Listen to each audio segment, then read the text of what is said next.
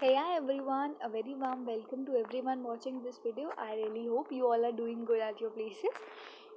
So let us now continue the second unit. Basically second unit का second part कर रहे हैं हम. मैंने इसे second part इसलिए दिया है because अगर आप PCI के अकॉर्डिंग ना शुरू करोगे ना तो सिलेबस में जो पहला पार्ट है वो तो एसिड बेसिस एंड बफर्स है और दूसरा पार्ट उन्होंने क्लासीफाई कर रखा मतलब major extra and intercellular electrolytes के नाम से. ठीक है, तो मैंने उसको पार्ट 2 का नाम दिया. ऐसे ही 3 सीक्वेंस में आपका जो चैप्टर है वो डिवाइडेड है. कंफ्यूज मत होना कि पार्ट 2 क्या चल रहा है. ठीक है, तो सबसे पहला टॉपिक जो पार्ट 2 के यूनिट 2 में आता है वही होता है फंक्शंस. हमें बताने हैं किसके, मेजर इलेक्ट्रोलाइट्स, एक्स्ट्रा और इंट्रा इलेक्ट्रोलाइट्स के. ठीक है, तो सबसे पहले बात ये कर लेते हैं कि इलेक्ट्रोलाइट्स होते क्या हैं. कॉमनली इलेक्ट्रोलाइट्स वो सब्सटेंसेस होते हैं जो क्या करते हैं, कंडक्ट करते हैं किसको, इलेक्ट्रिसिटी को, और डिसोशिएट कर देते हैं आयंस के. जैसे कि अगर मान लो NaCl है तो Na को और Cl को, टेबल सॉल्ट को डिसोशिएट कर देते हैं, Na पॉजिटिव और Cl नेगेटिव आयंस.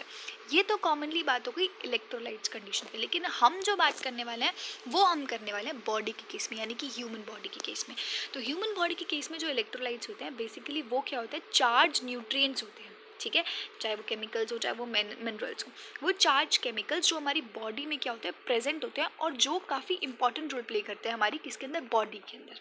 ठीक है, अगर इलेक्ट्रोलाइट्स की बात करें तो वो दो तरीके से क्लासिफाई किया हुआ है, इंट्रा और एक्स्ट्रा. इंट्रा बेसिकली वो हैं जो हमारे सेल्स के अंदर प्रेजेंट होते हैं और एक्स्ट्रा वो हैं जो हमारे आउटसाइड द सेल्स होते हैं.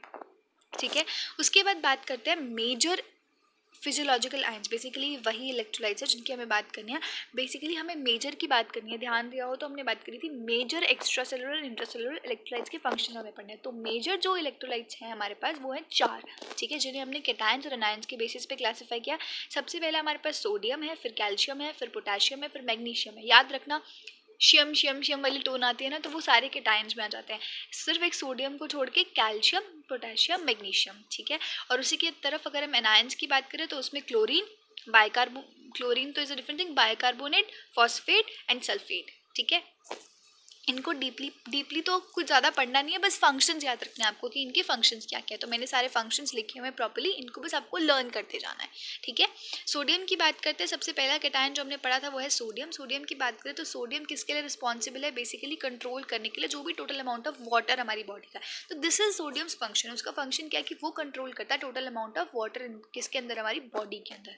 उसके बाद ये और भी काम करता है, जैसे कि इंपॉर्टेंट है किसके लिए, रेगुलेटिंग ब्लड वॉल्यूम्स और मसल्स एंड नर्व फंक्शंस के लिए भी रिस्पॉन्सिबल है. बट मोस्ट प्रोबेबली ये कंट्रोल करता है वाटर को. उसके बाद कुछ छोटे छोटे फंक्शंस हर जगह हर चीज़ के ऐसे आयंस के होते हैं. उसके बाद सोडियम आयंस कॉमनली हम कहाँ प्रेजेंट होते हैं, हमारे आउटसाइड द सेल प्रेजेंट होते हैं. This is one of the important function कि वो आउटसाइड द सेल प्रेजेंट होते हैं. आउटसाइड मैंने बताया था आउटसाइड सेल्स कौन से होता है, एक्स्ट्रा सेलुलर, यानी कि sodium is an extra cellular electrolyte. क्यों कहा आउटसाइड द सेल, मतलब ब्लड में प्रेजेंट होते हैं, प्लाज्मा में प्रेजेंट होते हैं, फिर लिम्फ में प्रेजेंट होते हैं. ये क्यों प्रेजेंट होते हैं बाहर, कभी सोचा है, बिकॉज वो क्रिएट करते हैं एक इलेक्ट्रिकल पंप. हमने सुना है ना सोडियम पोटेशियम पंप होता है हमारे बॉडी के अंदर. बेसिकली माइट्रोकॉन्ड्रिया जो हमारे सेल्स होते हैं उसके माइट्रोकॉन्ड्रिया के अंदर बेसिकली सोडियम पोटेशियम पंप होता है, जिसकी वजह से बेसिकली जो बाहर के और जो अंदर के इलेक्ट्रोलाइट्स हैं उन्हें हम क्या करते हैं, बैलेंस करते हैं. ठीक है, जैसे कि होता है ना कि अगर बोलते सोडियम ज़्यादा हो गया आपकी बॉडी में तो ये हो जाता है BP ऐसा कुछ राइज कर जाता है. मतलब हर एक इलेक्ट्रोलाइट ज़्यादा और कम होने के अपने अपने डिसएडवांटेज और एडवांटेजेस भी हैं. तो नॉर्मली चीज़ों को बैलेंस रखने में हमेशा बेस्ट रहता है. तो उनको बैलेंस करने के लिए सोडियम पोटेशियम पंप है. तो as an extra cellular sodium वहाँ भी काम करता है. ठीक है, कॉमनली कहाँ से आता है सोडियम हमारी बॉडी में, कंजप्शन ऑफ सोडियम यानी कि टेबल सॉल्ट जो हम लेते हैं यानी कि सोडियम क्लोराइड, उससे आता है. ठीक है, अब बात करते हैं सेकंड वाले की. जो कैल्शियम है हमारा वो आता है कहाँ से, मिल्क से, डेयरी प्रोडक्ट से या फिर आपकी डाइट से, यहीं से आता है. कैल्शियम तो मुझे लगता नहीं है कि ज़्यादा बताने की ज़रूरत है, नाम से ही पता चल जाता है कि किसके लिए, बोन्स और टीथ के लिए होता है. कैल्शियम ऑब्वियसली आपकी बोन्स में होता है. सिर्फ इतना ही, ये भी रिस्पॉन्सिबल होता है किसके लिए, transmission of nerve impulse, blood clotting या फिर मसल कॉन्ट्रैक्शन के लिए. और प्रेगनेंसी के टाइम पे, this is very important, pregnancy के टाइम पे कैल्शियम का सप्लाई बहुत ज़्यादा ज़रूरी होता है. ठीक है, ये भी याद रखना. उसके बाद अगर पोटेशियम की बात करें, थर्ड वन, तो पोटेशियम एक इंट्रासेल्युलर, जैसे कि मैंने पहले बताया था कि सोडियम क्या है, extra cellular outside the cell. Obviously sodium potassium pump है तो पोटेशियम इंट्रासेलुलर इलेक्ट्रोलाइट है जो रिस्पॉन्सिबल होता है किसके लिए, regulating heart beat. Potassium commonly heart beat के लिए रिस्पॉन्सिबल होता है, मसल फंक्शन के लिए भी. और उसके बाद वो सोडियम पोटेशियम पंप में तो हमें पता ही है कि इलेक्ट्रोलाइट इसको बैलेंस करता है बॉडी में. ठीक है, कॉमनली कहाँ से आता है, मीट से आता है, मिल्क से आता है, फ्रूट से आता है. ठीक है, बहुत इंपॉर्टेंट है बिकॉज ये बैलेंस करता है किसके अंदर, सोडियम पोटेशियम पंप को. और अगर इस इनकेस इनका इम्बैलेंस हो जाए ना तो काफ़ी चीज़ें डिजीज इसको लेड कर सकता है, जैसे कि हाइपरटेंशन हो गई, हार्ट डिजीज़ हो गई, स्ट्रोक तक लेड कर सकता है. ठीक है। अब बात करते हैं मैग्नीशियम की।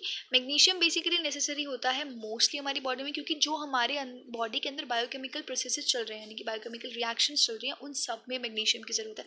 एंड अगर हल्का सा भी मान लो मैग्नीशियम का इम्बैलेंस इम्बेलेंस हो गया, तो जो बायोकेमिकल रिएक्शंस है वो अकर नहीं करेंगे। बायोकेमिकल रिएक्शंस अकर नहीं करेंगे तो सिंथेसिस नहीं होगी, जो भी आरएनए और डीएनए की सिंथेसिस हो रही है, तो वहाँ भी मैग्नीशियम इंपॉर्टेंट रोल प्ले करता है।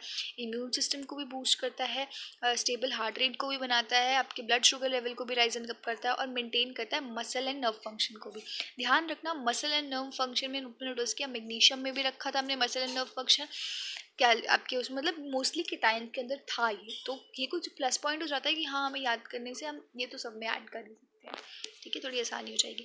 उसके बाद बात करते हैं क्लोरीन की। तो क्लोरीन भी एक एक्स्ट्रा सेलुलर आयन है जो कॉमनली वर्क करता है वेरी क्लोज टू सोडियम, क्योंकि सोडियम भी एक एक्स्ट्रा सेलुलर आयन हमने स्टार्टिंग में पढ़ा था, तो वैसे ही क्लोरीन भी उसके आसपास ही रहता है, और ये मेंटेन करता है ब्लड प्रेशर को फ्लूइड कंपार्टमेंट्स में। सिर्फ इतना ही नहीं, बॉडी की एसिडिटी को भी मेंटेन करने में हेल्प करता है क्लोरीन।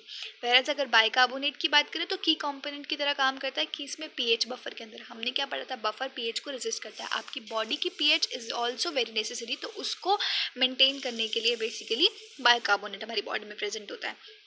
सिर्फ इतना ही नहीं, हमारी बॉडी की जो होम्योस्टेसिस है उसको भी मेंटेन करने में हेल्प करता है, और ब्लड रेगुलेट जो बेसिस उनकी फंक्शनिंग होती है, ब्लड की फंक्शनिंग होती है बेसिकली रेगुलर बेसिस पे, उनको भी हेल्प करता है रेगुलेट करने में। उसके बाद बात करते हैं फॉस्फेट की। तो phosphate is essential for the production of energy within the cells, basically energy की प्रोडक्शन के लिए एसेंशियल होता है, नेसेसरी होता है टिश्यू ग्रोथ के लिए, उसकी रिपेयरिंग, जो टिश्यूज़ की आपकी ब्रेकेज हो जाती है ना जब आपको चोट लगती है, तो उसकी ग्रोथ और रिपेयरिंग के लिए भी। और उसके बाद बहुत ही मेजर बिल्डिंग ब्लॉक है किसके लिए, सेल मेम्ब्रेन और डीएनए के लिए। उसके बाद लास्ट बात करते हैं जो बेसिकली हमारा क्या है, सल्फेट। सल्फेट बेसिकली एक मेन फंक्शन है जो सल्फेट का, वो ये है कि वो स्टेबलाइज करता है कि इसको प्रोटीन स्ट्रक्चर्स को, जो भी प्रोटीन स्ट्रक्चर्स हमारे बॉडी में उनको स्टेबलाइज करने में हेल्प करता है। और ये नहीं, सल्फर कंटेनिंग कंपाउंड्स क्या एक डिटॉक्सिफिकेशन मैकेनिज्म में भी काफ़ी हेल्प करता है। जो भी कंपाउंड्स बेसिकली हमारी बॉडी में, उनमें अगर सल्फर प्रेजेंट है तो वो डिटॉक्सिफिकेशन मैकेनिज्म में भी हेल्प करते हैं। So this is it, thank you, and in case you are having any kind of doubt, आप फर्दर कमेंट सेक्शन में ड्रॉप कर सकते हो। Okay, bye bye.